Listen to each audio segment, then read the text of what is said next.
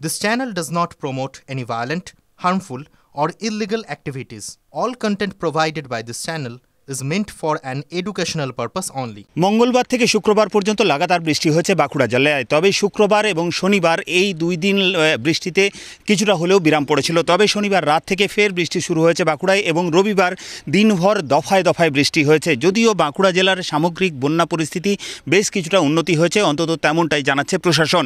ইতিমধ্যে বেশ কিছু সেতু বাঁকুড়ার মূলত গন্ধেশ্বরী, দ্বারকেশ্বর, কংসাবতী, শিলাবতী নদীর যে সেতুগুলি জলে একেবারে ডুবে গিয়েছিল, সেই সেতুগুলির বেশ কিছু অংশ সেগুলো জলমুক্ত হয়েছে। তবে এখনও পর্যন্ত দ্বারকেশ্বরের যে নদী, সেই দ্বারকেশ্বর নদী কার্যত কানায় কানায় বইছে। আমি যে জায়গায় দাঁড়িয়ে রয়েছি অর্থাৎ বাঁকুড়ার দ্বারকেশ্বর নদের মিনাপুর সেতু, সেই মিনাপুর সেতু দেখাতে চাইবো যে সেতুর একেবারে কানায় কানায় জল বইছে। অর্থাৎ এই জলস্তর আরও কিছুটা বৃদ্ধি পেলে এই মিনাপুর সেতু সেটাও কিন্তু জলের তলায় চলে যাবে।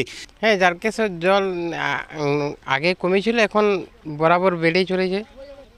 বয়স তো মানে আমরা এখন চান করতে এই মুহূর্তে চান করতে করতে আরও টোটালি বাড়তেই চলেছে। কি মনে হচ্ছে বৃষ্টি হচ্ছে? বৃষ্টি উপর দিকে হচ্ছে, পূর্বলি দিকে হচ্ছে, নিচু ব্রিজ, তারপরে এখানে যাতায়াতের মানুষ মানে কাজ বরাবর হয়নি, এইরকম ডুবে রয়েছে। তো কোথায় কোথায় যাতায়াত করে এই ব্রিজ দিয়ে? এর আমাদের বাঁকুড়া টাউন ওই দিক থেকে বরাবর এসব আসে। এই বৃষ্টির জলে এখানে সব ভর্তি হয়ে গেলে আর কোনো টোটালি সব ওই দিক থেকে সব বন্ধ হয়ে যায় আমাদের টাউনে যাওয়ার। এখন স্কুল, প্রাইভেট, সব কলেজ ফলেজ সব স্টুডেন্ট পড়েন, সবাইকারই অসুবিধা হয়। কারণ ব্যবসার মানুষের অসুবিধা হয়, স্টুডেন্টদের অসুবিধা হয়, সবাইকারই অসুবিধা হয়। জল কমছে আমাদের নদী তো মানে বর্ষার নদী, তো এমনি সময় নদী শুকনো থাকলেও বর্ষাকালীন নদীতে বেশ প্রচণ্ড পরিমাণে এখানে জল বয়ে চলে। তো আমাদের টাউনের যদিও অসুবিধা খুব একটা হয় না, কিন্তু এই পাশের যে আমাদের এই বাসি গ্রাম আছে, বাসি গ্রামদের মেয়ে ছেলে সবাইকার এই নদীর জল বাড়লে খুবই অসুবিধা হয়। প্রায় মোটামুটি 6 থেকে 7 কিলোমিটার যেদিক থেকে যান, এদিক থেকে যদি এক্তেশ্বরেও যান মোটামুটি 5.5 কিলোমিটার ঘুরে যেতে হয়। আর যদি আপনি এদিক হয়ে যদি রাজগ্রামেও যান মোটামুটি 5 থেকে 6 কিলোমিটার ঘুরে যেতে হয়। তো এই বর্ষার থেকে এই জল বাড়ার থেকে মোটামুটি বিগত অনেক বছর ধরে দেখে আসছি যে 3 থেকে 4 মাসের মতন মোটামুটি বাসির মেয়ে ছেলেদের খুবই কষ্ট হয়। যদি আপনাদের মাধ্যমে যদি এই মানে লাইভের মাধ্যমে আজকে তো কিছুক্ষণ আগের থেকে আমরা যেটা বুঝতে পারছি যে জল ক্রমশ বাড়ছে, জল আস্তে আস্তে খুবই জল বাড়ছে। তো দেখা যাক এবার কতদূর কি জল বাড়ে। সেতুর তো একাংশ ডুবে আছে। হ্যাঁ, অনেক সেতুর একাংশ ডুবে অনেক দিন ধরেই আছে।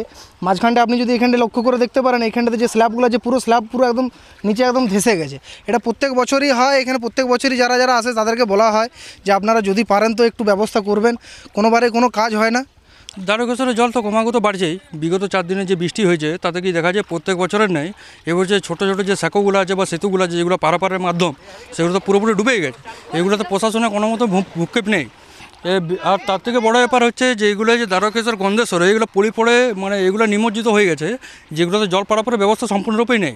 তারপরে অবৈধভাবে বাড়ি তোলার প্রভাবে নদীগুলো নাব্যতা হারাচ্ছে এবং জল বেশি পরিমাণে বাড়ছে।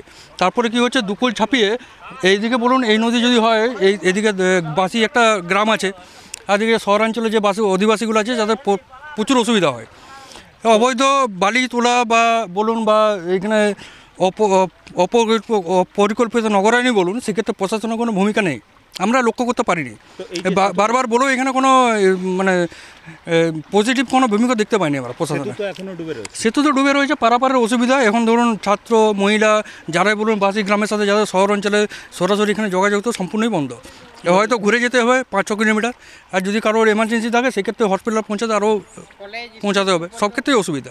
বাঁকুড়া জেলার বিভিন্ন প্রান্তে মূলত ইন্দাস এবং সোনামুখী এলাকায় সেখানে দামোদরের জল বাড়তে থাকায় সেখানে বন্যা পরিস্থিতি তৈরি হওয়ার একটা আশঙ্কা তৈরি হয়েছে। বিভিন্ন জায়গায় ভাঙনের পরিস্থিতি তৈরি হয়েছে।